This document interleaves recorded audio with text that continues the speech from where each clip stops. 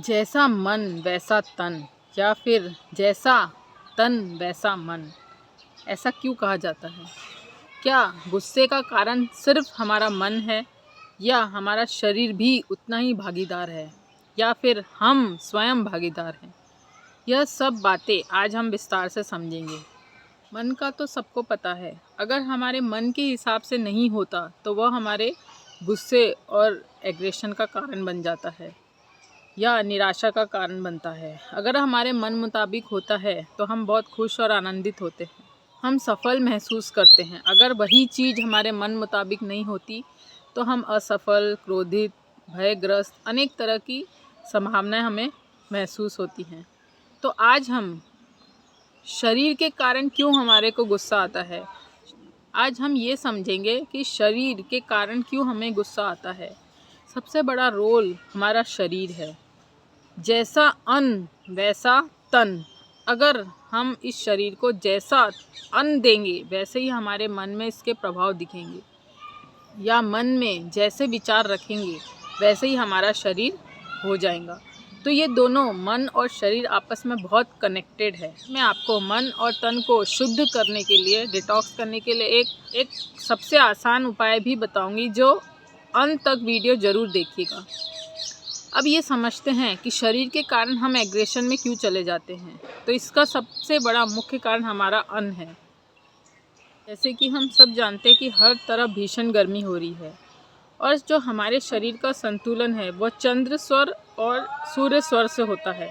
सूर्य स्वर मतलब हमारे शरीर को गर्मी प्रदान करता है। अगर किसी व्यक्ति का सूर्य स्वर बहुत ज़्यादा सक्रिय है, ऊपर से बाहर से भीषण गर्मी, और ऊपर से हम इंटेक भी, फूड भी बहुत गर्म लेंगे, हमारा शरीर बहुत भीषण गर्मी की अग्नि में जलेगा। अगर जितनी ज़्यादा शरीर में गर्मी होगी उतनी ही ज़्यादा वासना और उतना ही ज़्यादा क्रोध उस डिग्री में बढ़ जाएगा। हमारे शरीर का मुख्य रोल, हम जिस तरह का भोजन करेंगे उसी तरह से वो संभावनाएं प्रकट करेगा। इसलिए सात्विक भोजन का बहुत बड़ा मूल्य है। अन्न को ब्रह्मा कहा गया है।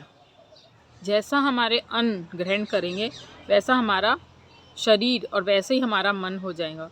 अब हमारे जो आजकल को जो ट्रेंड चला है बहुत ज़्यादा दिखने दिखाने का और बहुत ज़्यादा एग्रेसिव फूड खाने का, तो उसको जैसे ही आप समाप्त कर देते हैं और सात्विक भोजन की तरफ चले जाते हैं तो आपका शरीर एकदम नेचुरल संभावनाएं प्रकट होंगी, एकदम नेचुरल जीवन जीने लगेगा।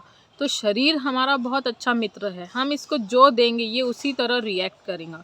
इसलिए कहा जाता है कि जैसा तन वैसा मन, और जैसा मन वैसा तन, तो ये दोनों इसलिए कनेक्टेड होते हैं। अगर आप शरीर को सात्विक भोजन देंगे तो ये शरीर उसी तरीके से आपके साथ सात्विक व्यवहार करेगा। आपके अंदर भीतर पॉजिटिव ख्याल आएंगे, विचार आएंगे, शांत और शीतलमय, आनंदमय महसूस करेंगे। तो इसके लिए सबसे इम्पॉर्टेंट आपको मैं 5 उपाय बताती हूँ, तो उसको ध्यान से सुनिएगा। इससे पहले आप सबसे पहले एक संकल्प लीजिए कि आप अपना भोजन में 1 हफ्ते के लिए बिल्कुल सात्विक आहार लेंगे। अपने भोजन को बिल्कुल सात्विक बनाएंगे। गर्मी के कारण से जो बाहर से गर्मी हो रही है और अंदर भीतर अग्नि जल रही है, अग्नि प्रज्वलित हो रही है, वह हम शांत कर पाएंगे।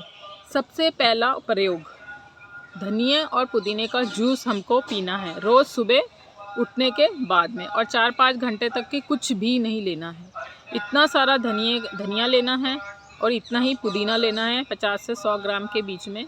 उसमें इतनी सी अदरक डालना है, उसको मिक्सर में ग्राइंड कर लेना है, छन्नी से छान लेना है, या कोई कपड़े से, सूती के, मलमल के कपड़े से उसको जूस उसका निकाल लेना। उसमें हल्का सा काला नमक और जीरा डालकर उसको ग्लास भर के, बड़ा ग्लास भर के उसको पी लेना है। यह आपके गर्मी के जितने भी साइड इफ़ेक्ट है, शरीर को, तन मन को पूरी तरीके से शुद्ध कर देगा, डिटॉक्स कर देगा। इससे बीपी, शुगर, कोलेस्ट्रॉल एकदम सडनली लेवल में आ जाएंगे। इतना कारगर उपाय है कि आप इसके फ़ायदे 1 हफ्ते में आपको पूरी तरीके से महसूस होंगे। दूसरा उपाय, जितनी भी तरल सब्जियां होती हैं जैसे लौकी, टिंडा, परवल, बेल वाली सब्जियां, उनको 1 हफ्ते के लिए उन्हें ही खाना है सब्जी बनाकर, जिसमें तेल बहुत मिनिमम, छौंका लगाने के लिए कम से कम तेल में, और बिल्कुल मिर्ची नहीं होना, ना हरी ना लाल और न ही कोई गरिष्ठ भोजन आपको खाना है। तीसरी बात, 1 हफ्ते के लिए आपको संकल्प लेना है कि हम सात्विक भोजन ही करेंगे। चौथी बात कि जितना ज़्यादा आप जूस, हरी सब्जियों का जूस पिएंगे उतना ही आपका शरीर शुद्ध और एकदम सात्विक हो जाएगा। आपको वो महसूस होने लगेगा कि खाने का कितना ज़्यादा प्रभाव है। जितने भी सब्जियों के जूस होते, अगर 1 हफ्ते के लिए भी आप ये ट्राई करते हैं कि सिर्फ सब्जियों का जूस पीना है और फ्रूट्स का जूस पीना है, तो ही आपका शरीर बहुत ज़्यादा सात्विक शुद्ध हो जाता है और एकदम मन निर्मल हो जाता है। लौकी और पेठे का जूस नित्य अपने आहार में शामिल करिए।